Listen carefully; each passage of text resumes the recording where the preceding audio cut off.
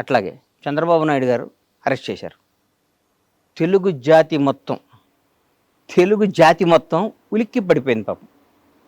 ఆయనతో లబ్ధి పొందారు జనం అందరూ. చంద్రబాబు గారు పాపం ఆయన 14 ఏళ్ళు ముఖ్యమంత్రిగా ఉన్నప్పుడు ఆయన్ని పొగిడారు, అది చేశారు, ఇది చేశారు. అసలు ఆయన అద్భుతం అన్నారు, ఇదన్నారు. ఆయన జైల్లో చేస్తే వాళ్ళందరూ నమ్మే భగవంతుడి మీద వాళ్ళకి జన్మనిచ్చిన తల్లిదండ్రుల సాక్షిగా, వాళ్ళ బిడ్డల సాక్షి చెప్పమను, ఎంతమంది బయటకు వచ్చి ఆయన మద్దతుగా నిలిచారు? ఎవరు లేరు. ఒక్కళ్ళు చెప్పండి. ఏదో మొసలి కన్నీళ్ళు, లేకపోతే దొంగతనంగా, అది కూడా నోరు తెరిచి ధైర్యంగా ఎవరు మాట్లాడారు? పవన్ కళ్యాణ్. తర్వాత నేను మూడు మాట్లాడాను. ఎస్, కేబీఆర్ పార్క్లో బయటకు వచ్చా, నాకు తెలియదు, వాక్ చేసుకుంటూ బయటకు వచ్చా.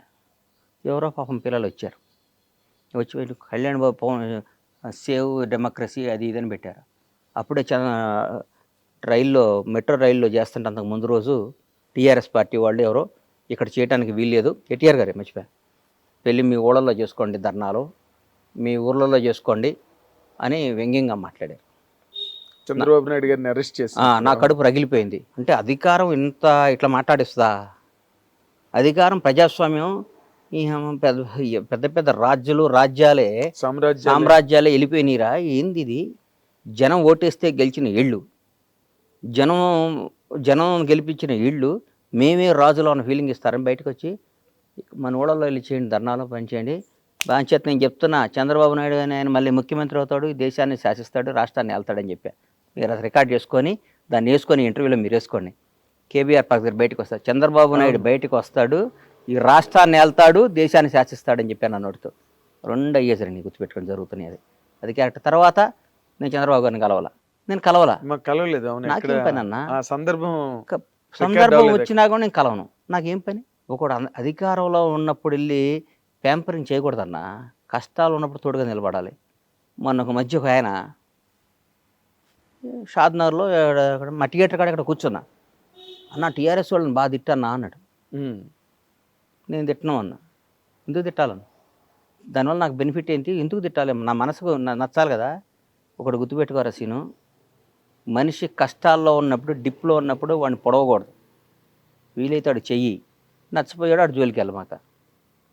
వాడు ఓడిపోయిన వాడిని, కష్టాల్లో ఉన్న వాళ్ళని, నువ్వు ఎదవ్వి, నువ్వు దొంగవి, నువ్వు అది ఇది, వాడు పవర్ లేనప్పుడు పావులు తీసేసిన కూరలు తీసేసిన పావుని ఏ అంటే ఎట్లా? నల్లమ్మల అడవిలో ఒక కింకోపురం తీసుకొచ్చి దన్నాను. అమ్మో, నల్లమ్మల అడవిలో ఒక కింకోపురం తీసుకొచ్చి అప్పుడప్పుడే పట్టుకొని పావుని తీసుకొచ్చి అను వేస్తే నువ్వు నల్లగా అయిపోయి 2 నిమిషాలు చచ్చిపోతావు. అక్కడి నుంచి పాయిజన్ చింపి చచ్చిపోతాను. ఇప్పుడు అధికారంలో ఉన్నప్పుడు, పవర్ ఉన్నప్పుడు నీకు దమ్ముంటే ఎదురు తిరుగు. జగన్ గారు మీరు చేసిన తప్పు, చాలా తప్పని ఎదురు తిరిగా నేను. అవును, కేసీఆర్ గారు రేపు రేవంత్ రెడ్డి గారి నాయకత్వంలో మా ప్రభుత్వం వస్తుంది, మేము అధికారంలోకి వస్తాం, కాంగ్రెస్ పార్టీ వస్తుంది అని చెప్పా. ఎదురు తిరిగి నేను ఇప్పుడు నిబద్ధత గల్లాడిని, నాకు నచ్చిందే చేస్తాను. నేను నిబద్ధత గల్లాడిని, నాకు నిబద్ధత ఉందన్న. అంతే, నాకు నిబద్ధత లేకుండా ఇవాళ నాగేంద్ర కుమార్ గారు పవర్లో ఉన్నాడు కాబట్టి నిన్నటి వరకు వాడు ఆ రోజు ఎదవండి, నేను చాలా చెప్పాను బాగుపడమని. ఏకచక్రాధిపత్యంతో చేశాడండి, ఒక సైకోలో ప్రవర్తించాడండి, ఒక అదే అండి ఇదే. మరి నిన్నటిదాకా ఏమైంది? అది నిన్నటిదాకా ఆయనతోనే తిరిగేవు కదా, నిన్నటిదాకా ఆయన్నే పొగిడేవు కదా, నిన్నటిదాకా ఆయన అన్నా నువ్వు తిరుగులేని శక్తి వర్ణ అన్నావు కదా. నిన్న అన్న అయ్యాడు, ఈడు సైకో అయ్యాడా? ఏనా? నిన్న కేసీఆర్ అనేవాడు దేవుడు అయ్యాడు, కేటీఆర్ అద్భుతం, రామన్న అయ్యాడు, సారో అయ్యాడు, ఇవాళ విలన్స్ అయ్యారా? 1 డేలో 24 గంటల్లో మారిపోద్దా? నీ క్యారెక్టర్ మారిపోద్దా? ఇదంతా దేనికోసం? నీ బతుకు కోసం, నీ డబ్బు కోసం, నీ జీవిత అస్తిత్వం కోసం. ఎన్ని రోజులు బతుతావు అన్నా నువ్వు? అద్భుతంగా ఎక్సర్సైజ్ చేసి యోగాలు చేస్తే 90 బతుతావు అంతే. ఒక 60 ఏళ్ళకి చచ్చిపోతే నీకు నష్టమేనా వచ్చిందా? నందమూరి తారక రామారావు గారిని మర్చిపోయారు. ఇవాళ రామారావు గారి కంటే గ్రేట్ పర్సన్ ఉన్నాడు ఎన్టీఆర్ కంటే. ఎవరు ఉంటారు? ఎన్టీఆర్ గారిని ఇప్పుడు వర్ధంతి రోజు, జయంతి రోజు దండేస్తున్నాం. రోజు మాట్లాడుకుంటున్నావా? ఏమి లేదు. ఇందిరాగాంధీ గారిని మాట్లాడుకుంటున్నావా?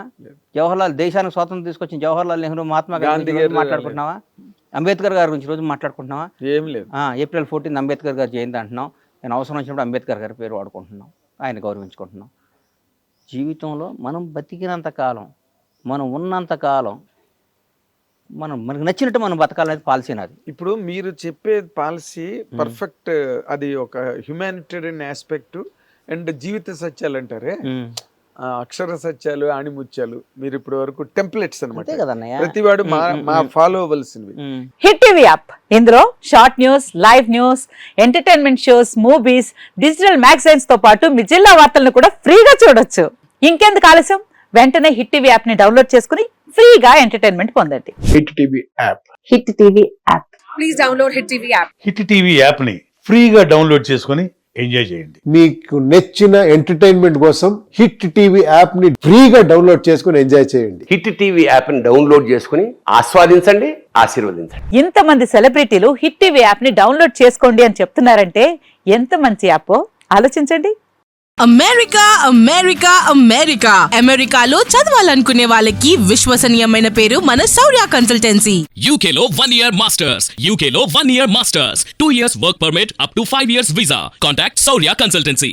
Contact 89851 89851.